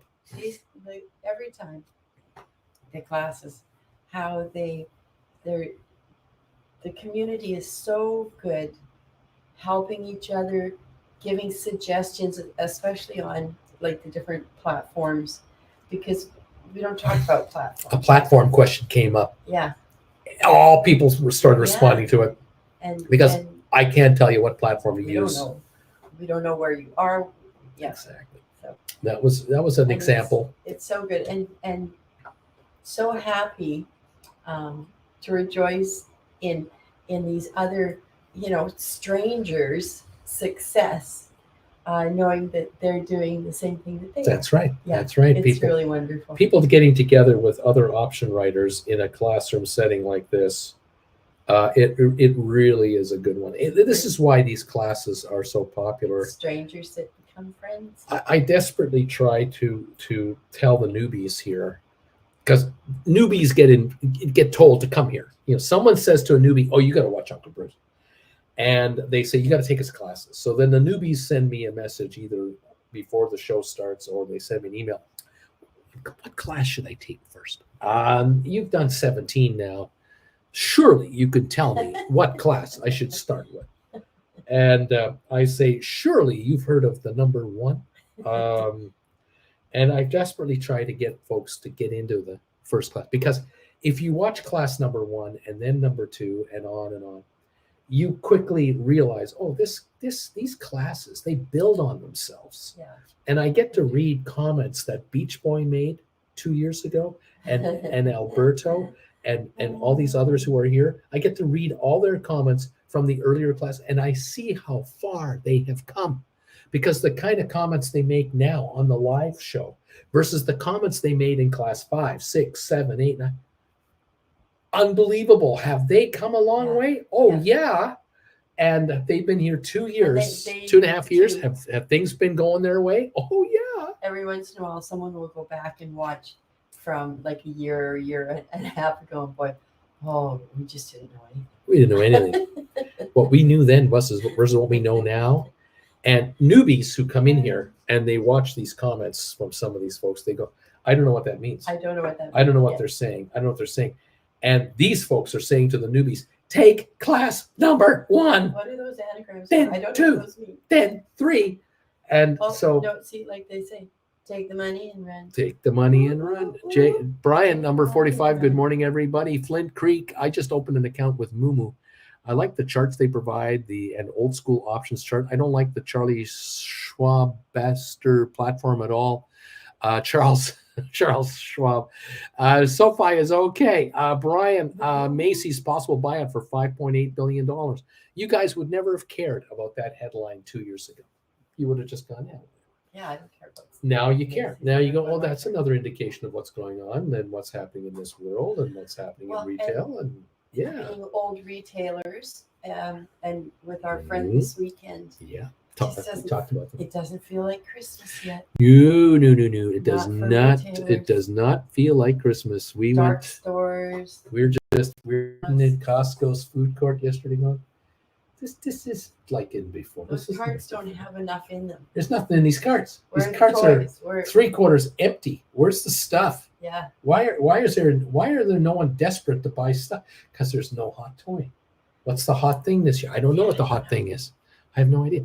I'm walking around the appliance section, and there's this air fryer. My buddy's showing me, that's the air fryer I bought with my wife. And I'm going, it's $10 off. Yeah. This is December the 10th. It's 25% off at Costco. Yeah. What does that tell you? How many did these folks make that aren't selling fast enough that Costco has truckloads of these things with a 10% instant coupon? That's a sign.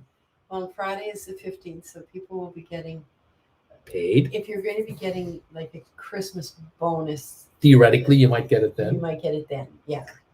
That's kind of traditional. That's when you'll get it. Do people working at home get Christmas bonuses from their employers on a contract basis? I don't think so. No, not the contractors. Corporate Canada. That's why you have to treat yourself. treat yourself. Corporate Canada and corporate America, long or in the last few years, figured a few things out. COVID made people work from home and want to stay working from home. Yeah. And then they figured out, you know what? We can let these people go and hire them back on a contract basis and not give them all the benefits they used to get coming into the office because they're now contract employees. Of course, the folks at home are going, that's okay. Yeah. I don't get a Christmas bonus of a freaking frozen turkey from you. I don't get a frozen turkey anymore. I don't get a $50 freaking check, or I get a Christmas bonus letter that says I got $250, and I look at my pay stub and I got 165 of it. Yeah. I don't miss those days, okay? Yeah. I charge you 50% more per hour to work for you, or I've shopped around and I don't work for you at all. I found someone else to pay me far more money. So much for that Christmas. You could keep that freaking Christmas bonus. For the businesses, instead of having dedicated desks, they now have hotel desks. They're leasing less space. That's right. They're bringing their numbers down. Corporate America, corporate Canada, corporate everywhere, they're not stupid. They make changes as they have to make changes. They've made adjustments, but so have you. I think a lot of you out there, and people like you that don't watch us, don't know us about us, have made the right moves to be at home with family. It's far more important to have family time, children time, kiss the daycare goodbye, or cut daycare in half from what it was to what it is. Massive lifestyle upgrades. And sometimes it isn't about the money, it's about the other things. So, more and more. Yeah. How many Especially kids? as the population gets older. Yeah. It's not the money, it's quality of life. Quality. And how many children are not on as many medications anymore for temper tantrums and attention span disorders because they have more mom and dad time? Well, they're not competing with 34 other children. How much has that helped? How about mothers and fathers sleeping pills because they couldn't sleep at night? They're all wound up. Going to that office, or my kids are having issues. Has the quality of life improved so many places across the spectrum that individuals' lifestyle and health has improved because have a chance to breathe. Yeah, absolutely. Credit Savage. I used to think I was a good teacher, a good trader before Uncle Bruce. I was okay, but you definitely learn from his experience. And although underrated, patience has been what is hardest to master. Uncle Bruce, number one, no one else. Take the classes. Credit Savage, thank you, buddy. Thank you, my friend. JR, Uncle Bruce and Auntie Jen need to change their names to Billy Joe and Bobby Sue. Two young lovers with nothing better to do. That's what they got to do. Credit Savage, my 2-year-old grabbed my phone. Sorry, I'll laugh. I was going to say, no one else teaches patience. Uncle Bruce has seen these patterns and has taught us how to fold our arms, but the 2-year-old grabbed the phone. Said Estate, good morning, number 147 now. I missed the class on Saturday. I got a $5 Tim card one year. Quite the joke. Wow. Merry freaking Christmas. Here's a $5 gift card to Tim Hortons coffee shop. That's a sign you're about to be fired. There, you're not well valuable at all. That shows how much they care about you. You're really valuable to us. Here's a $5 gift card for a cup of coffee. Go have a cup of coffee. For one cup. Thank you. Don't go with anybody else. Flint Creek. Ooh, SoFi under attack. Snap back and slingshot, baby. Let's go.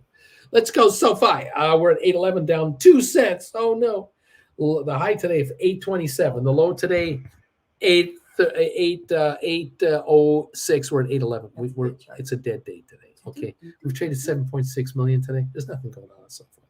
Nothing good, nothing bad. It's just quiet. Get ready for a quiet couple of weeks. Let's see how this plays. But that's good for option riders. Option riders like quiet weeks. They love quiet months. They make money. Shrinkage money. Oh, it's so good. GameStop down 36 cents. The Qs are up $1. Spiders are down 4 cents. AI down 45 cents. The Dow's up 48.9. Spire up a penny. Apple down 370. Enphase up 27. Netflix up $13. A little too much, maybe. Adobe up 10. A bit too much, maybe. Nvidia down 11. Maybe too much, maybe not too much. Tesla down $4. That's what we got going here. Unity down $1. Google down 260. I think those of you who are in the Iron Condor game, you're just rubbing your hands together right now. Going, this is great. I like this game. I'm sure that's what's going on. Anyway, fun times, everybody. I'm leaving you. Jen, are you heading You out? get the children. I get the kids. Oh, geez. I got the kids right here. They're right here. Oh, I Yeah, got you get the kids. I get the coffee. You're going to get some coffee now. Yeah. I understand. Our friend has left us. Had a great time with us. It was It was lovely. fun. It was fun seeing them. It's always fun seeing people down here. Yeah, it's fun seeing fellow Canucks join us down here. We sit outside and go, isn't this great? Well, This is really nice. And we're not really in the line of fire, but we're real close to the line. The tee box is just down there, and the guys can't quite get to us. They've hit the roof. They try to hit those two Canadians sitting on the porchway out there. Let's see if we can hit those guys. They hit the one beside us. Yeah, just short of us. And we laugh and we laugh and we laugh. But you had a couple of clapping. We had I had a guy hole out on a par 4 in front of us from about 100 yards. He holed in. And then we had a couple of shooters from 160 put it within 5 feet of the pin on an elevated pin over a bunker with a bunker behind the green, in front of the green, stuck a lawn dart. Bink. Whoa. Yeah, those get the claps. Deserved claps. They're going, thank you. That is a good shot. Thank you. The other ones you'll say, your ball's in the patio beside us.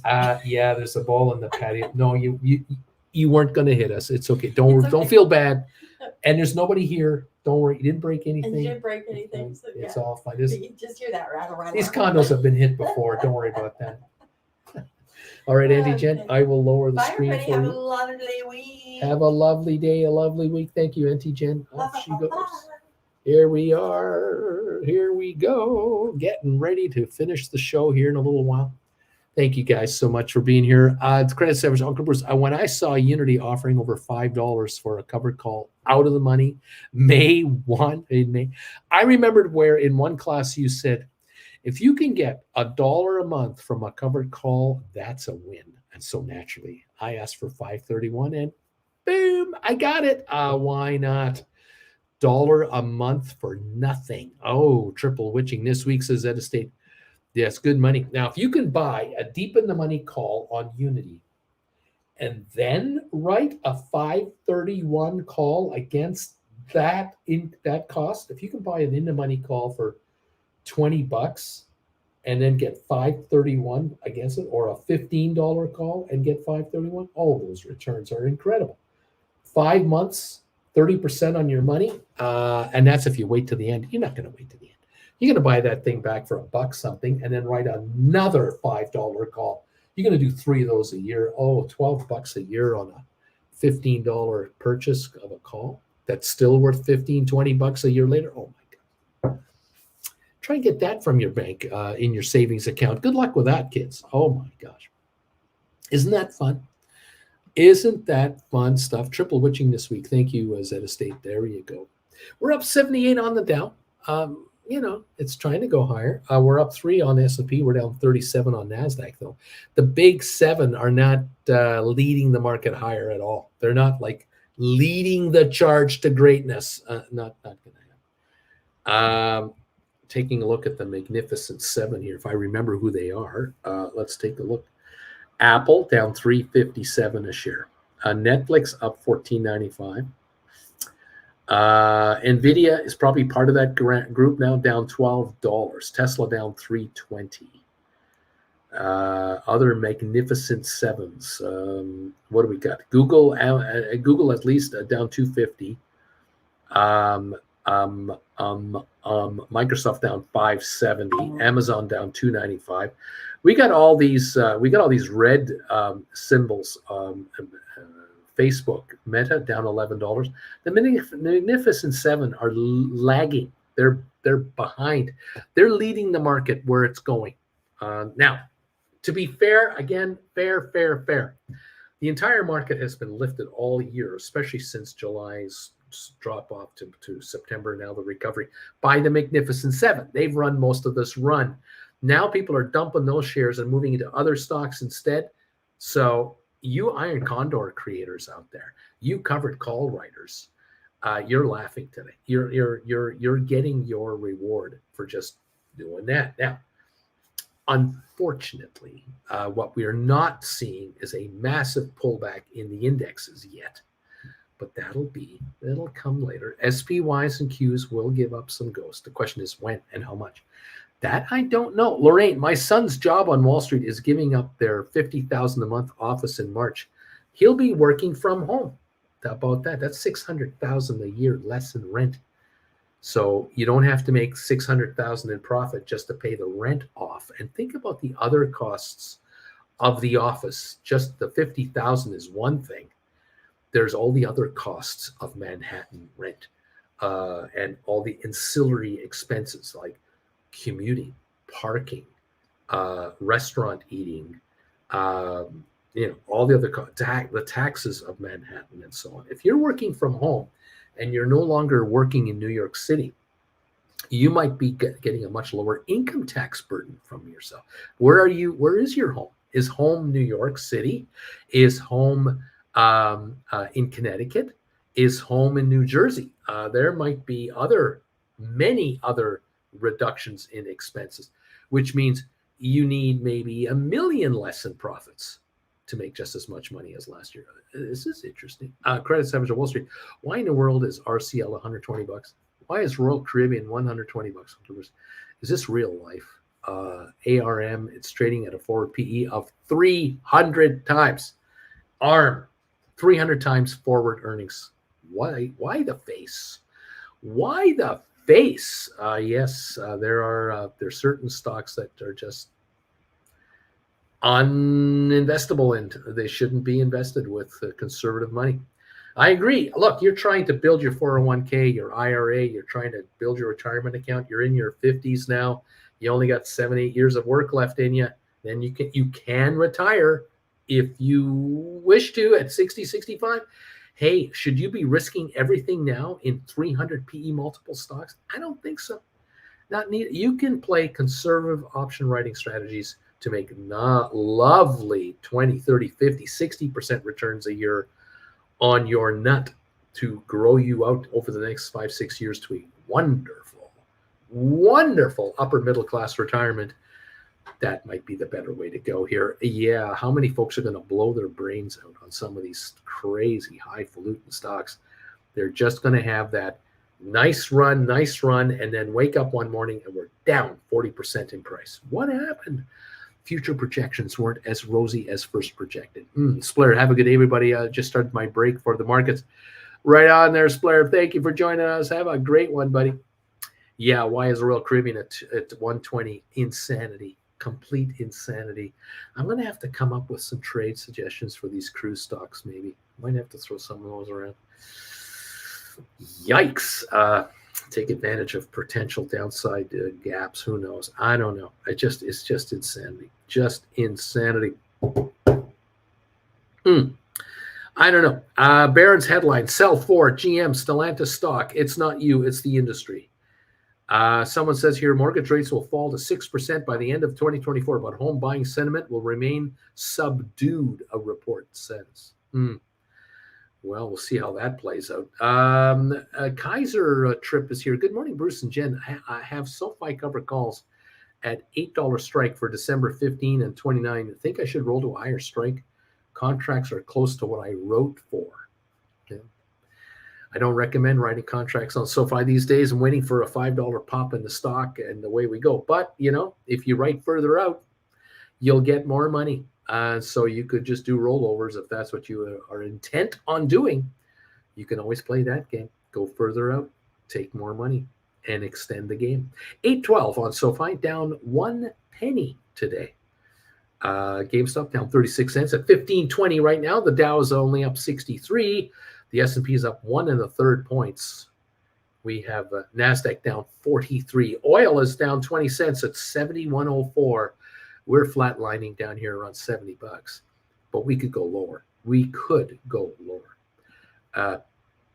JR, have a great day, everybody. Got to run right now. See you on the channel tomorrow. Make that moolah. Thank you, my friend. The Credit Savage of Wall Street. Major retailers are warning that consumers are, quote, facing a financial nightmare, unquote. No kidding, man. If there was a way we could have foreseen this, laugh out loud. These guys are geniuses. Yeah, no kidding. Higher interest rates, higher inflation, higher rates for longer, higher mortgage rates, higher car loan payments, higher taxes through your cities, the higher county taxes. Yeah, do you think that consumers are under the gun? Remember, the bottom 60% of Americans economically, Americans, Canadians, Europeans, put them all together, 60% and lower on the earnings scale. They're the ones who are getting the crap kicked out of them and will be the ones still getting the crap, economic crap kicked out of them for the next several years. This is not a 8-second attention span problem. This is years into the future, not good. If you cannot get a raise or a promotion or an income boost in your lifestyle to get you out from the bottom 60 to the upper 40 and not just position 61, you can't get to like the 39 percentile. You got to get to the top 25 percentile, which means in Canada, the USA, I'm going to guess $100,000 a year in income between two people, 140 to 150 is necessary. You got to get there to have a much more, a reasonably comfortable lifestyle. Below that, you are treading water because you are being eaten alive right now by taxes and expenses. I'm sorry, that's the reality. Making $60,000 a year for one person and making $40,000 a year for the other person and bringing in $100,000 a year, not going to cut it. If you're a family of 4, you're in trouble. You're in economic hardship. I'm sorry. BW, CNBC Treasury yields, it's going through a lasting corrective phase. That sounds like they're putting a bow on something, kind of a poopy, isn't it? BW, number 149. Thank you, my friend. 1.4 trillion in credit card debt in America. December numbers will come out in January. They ain't going to lower rates. They need to crush the middle class first, and that's it. This bottom 60% is going to pay dearly for this recession, this economic slowdown, this interest rate rise, higher mortgages, higher car payments. It's terrible. It's going to be bad. And every month that goes by here in Canada, most mortgages are on 4 and 5 year rollovers where they have a 25-year amortization. Yeah, but the rate is only guaranteed for 4 or 5 years at a time. Most. And every month right now, a percentage of these 4 and 5 year mortgages from 4 and 5 years ago, when rates were nothing, are coming up for renewal. And a certain percentage of houses in Canada that have risen in price value now have to be rolled over into new 6 and 7% mortgages. In some cases 8, from 2% to 7% increase in mortgage. You're carrying a $400,000 mortgage that used to run you $2,200 a month, and now you got to come up with $4,000 a month, $1,800 after-tax dollars more for your mortgage. You buying a new car this year? No, you're not. You're not buying a new car this year. You getting new furniture too? No, you're not. You're not doing anything. You going on a vacation? No, you're not. You just spent $20,000 a year more for the next year on your house. You just locked in a 4-year mortgage at $20,000 a year more, all interest. Where are you going the next 4 years? What are you doing? How you doing? Not doing good. You found Uncle Bruce's channel, you might be saved with increased revenue. You might be saved. My God. The Credit Savage, come on, Unity, go down to 29. Daddy needs to write some cash secured puts. You hear me, AI, you go back to 26. There you go. Fun times, kids. Nothing but fun times. Thank you again for joining us Saturday for the class. Thank you for joining us today for all the shenanigans on this channel. Join me tomorrow, Tuesday, for the trade alert of the day. We'll try to bring you a trading tip, and then the trade alert show and this show. Thank you all so much. Become a member. Graduate yourself to become a member of this channel. move up to the gold bagel level right away. Take advantage of these trade tips. Just one trade tip could make a several $1,000 difference in your pocketbook, either in your IRA, your 401k, or your trading account. It might be the trade that pays for Christmas. It might be the trade that gets you to Hawaii or gets you to Mexico or takes care of the transmission or whatever it is you need taken care of. It might be that one trade that makes all the difference. Thank you all for your support of this channel. It is much, much appreciated. Thank you. BW says, how do you know if they're crushing the middle class? You get a credit increase on any of your credit cards without you asking for it. Many did and have maxed that out too. Default credit card rate is now going to be 28%. It's going to be insanity. It's going to be insanity out there. Kids, on that note, I'm going to leave you to it. Make your dinero. Keep your eyes on your markets. Make sure if you do a rollover, it pays you to do so. Reach out to me if you need any advice. And also, those of you who would like to get lesson 17 or any of the lessons, you want me to send it directly to you, or you want someone in your life to receive a lesson for Christmas, or 2 or 3 or 4, you let me know. Send me a PayPal donation, send me an email, and I will get lessons to whom they need to get to, and we'll go from there. We'll add them to the party. We'll add them to the family. Thank you all so much. Appreciate you so very much. Have a great day, and take care of their Splair and everybody else. We'll see you all tomorrow morning, first thing in the morning. Let's get you richer and make you some more dinero. Thank you, everybody. Goodbye from Palm Desert, California.